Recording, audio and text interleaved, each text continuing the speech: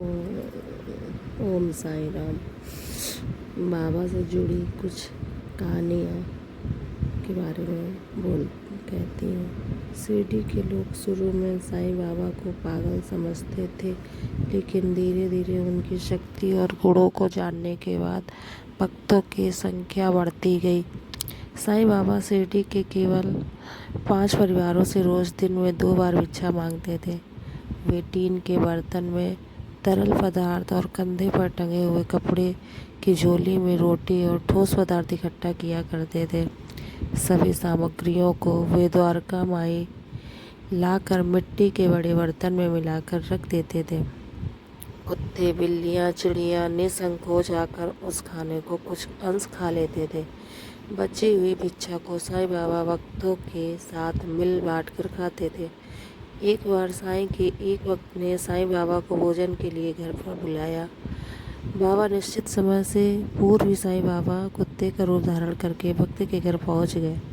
साईं के भक्त ने अनजाने में चूल्हे में जलती हुई लकड़ी से कुत्ते को मार कर भगा दिया। जब साईं बाबा नहीं आए तो उनका भक्त घर पर जा पहुंचा।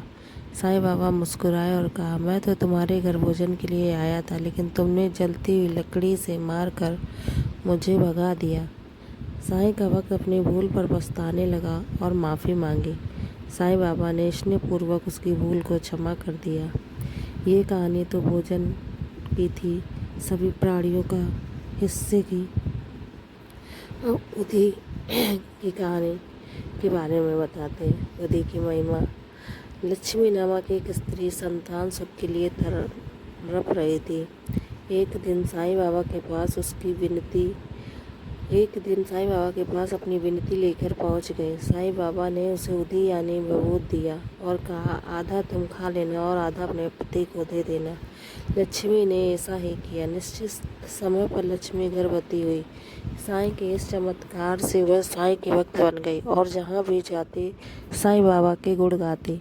साईं के किसी विरोधी ने लक्ष्मी के गर्भ को नष्ट करने के लिए धोखे से गर्भ नष्ट करने की दवाई दे दी।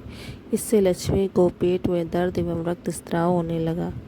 लक्ष्मी साईं के पास पहुंचकर साईं से विनती करने लगी कि साईं बाबा ने लक्ष्मी को उदी खाने के लिए दिया। उदी खाते ही लक्ष्मी का रक्तस्राव रुक गया और लक्ष्मी को सही समय पर संतान सुख प्राप्त हुआ। ऐसे बाबा की और भी कहानियाँ हैं, जैसे साईं बाबा समाधि वाला दिन। साईं बाबा अपने अंतिम दिनों में अपने भक्तों से धार्मिक पुस्तकें पढ़वाते थे और उन्हें उस पुस्तक का आंतरिक ज्ञान समझाते थे। यह हर दिन सुबह और शाम का होता था। 8 अक्टूबर 1918 वाले दिन बाबा साईं बहुत कमज़ोर हो गए। वे मस्जिद की दीवार पर बैठ गए। आरती और पूजा रोज़ की तरह होती थी। साईं बाबा के पास भक्तों को जाने नहीं दिया जा रहा था।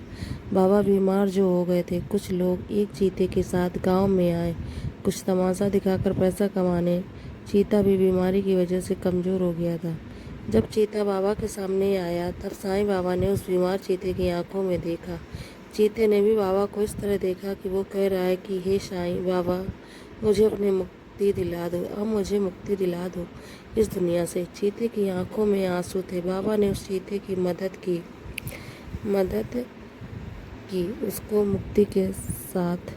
उसे मुक्ति साथ में दी। बाबा साईं अपने अंतिम दिनों में दिनों दिन कमज़ोर होते जा रहे थे, पर उन्होंने अपनी इस बीमारी में भी अपने भक्तों से मिलना, उन्हें उर्दी देना, उन्हें ज्ञान देना नहीं छोड़ा। वे तो अपना सब कुछ पहले से ही अपने भक्तों के नाम कर चुके थे। उनके सभी भक्त बाबा की बीमारी से बहुत दुखी थे और प्रार्थना कर रहे थे कि साईं बाबा जल्दी ठीक हो। अंतिम दिनों में बाबा की कहानी। अंतिम दिन में मंगलवार 15 अक्टूबर 1918 विजयदशमी का दिन था। साईं बाबा बहुत कमज़ोर हो गए थे। रोज़ की तरह भक्त उनके दर्शन के लिए आ रहे थे। साईं बाबा उन्हें प्रसाद और उदी दे रहे थे। भक्त बाबा से ज्ञान भी प्राप्त कर रहे थे, पर किसी भक्त ने नहीं सोचा कि आज बाबा के शरीर का अंतिम दिन है। सुबह 11 बज गई थी।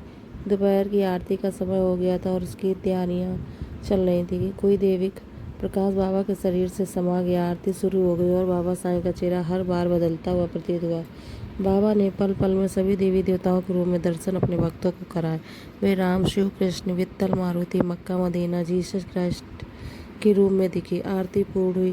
बाबा साईं ने अपने भक्तों को कहा कि अब आप मुझे बाबा साईं ने अपने भक्तों से कहा कि अब मुझे अकेला छोड़ दे।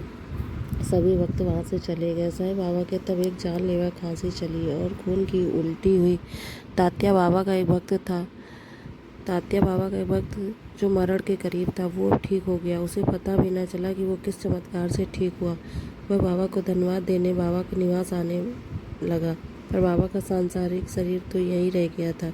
साईं बाबा ने कहा कि मरने के बाद उनके शरीर को बुट्टी बारडा में रख दिया जाए। वो अपने भक्तों को हमेशा सहायता करते रहेंगे। आज भी बाबा अपने भक्तों की हमेशा सहायता करते हैं। ओम साई राम। अनंत कोटि ब्रह्मांड नायक राजाधिराज योगीराज पारब्रह्म सच्चिदानंद सद्गुरु साईनाथ महाराज की जय।